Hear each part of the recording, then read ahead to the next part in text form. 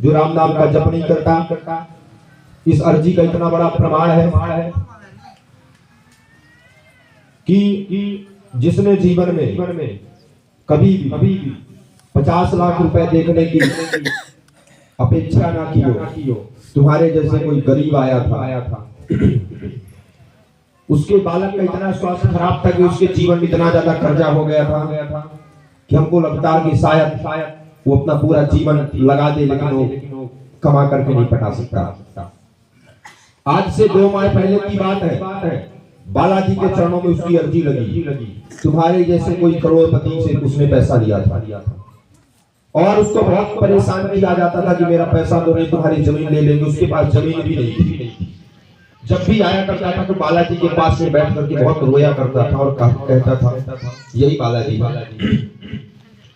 कहा करता था कि प्रभु आपके चरणों में मैं आया हूँ, मेरे को विश्वास तो है कब काम करोगे, लेकिन आप करोगे कब ये तो बिल्कुल नहीं पता है। हमको पता है कि आप करोगे, लेकिन करोगे कब ये बिल्कुल नहीं पता है। उसके पास ही केवल सामने वाला व्यक्ति जो है 1 माह का समय दिया था और 1 माह तक वो व्यक्ति प्रतिदिन बालाजी के चरणों में आता था, हनुमान चालीसा का पाठ करता था।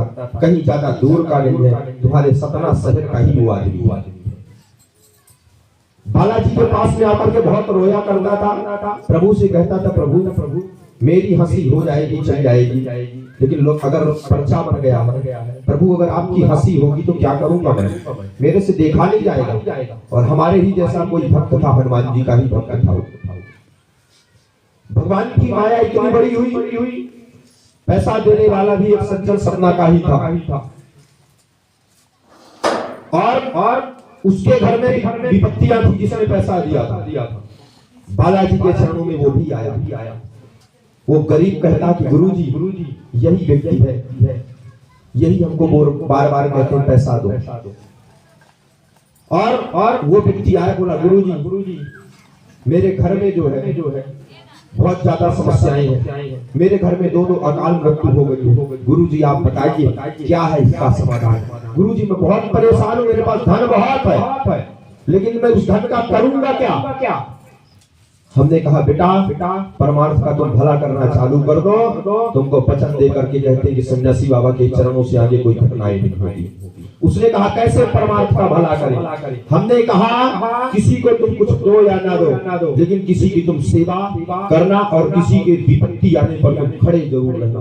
उसको वो एक बातें याद आ गई, जिसने जिसको पैसा दिया था। दूसरे दिन वही गरीब आकर के कहता कि गुरुजी रात्रि के 11 बज रहे थे, उनका फोन आया था, आपने ऐसा क्या किया।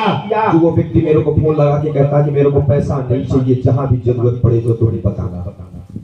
और बालाजी की कोई झूठी घटना नहीं है, सत्य घटना है भैया।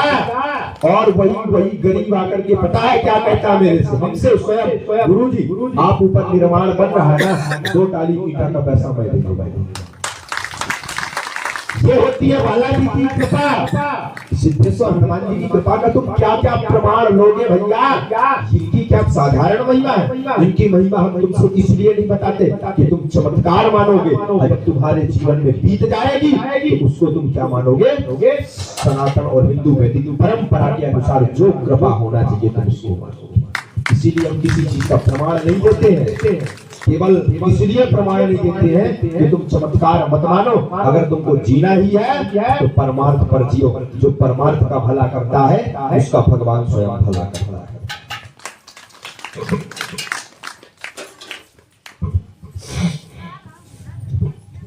बोलो सीताराम।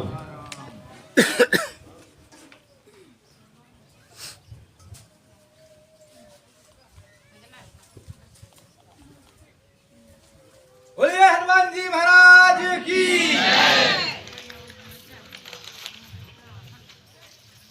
हनुमान जी के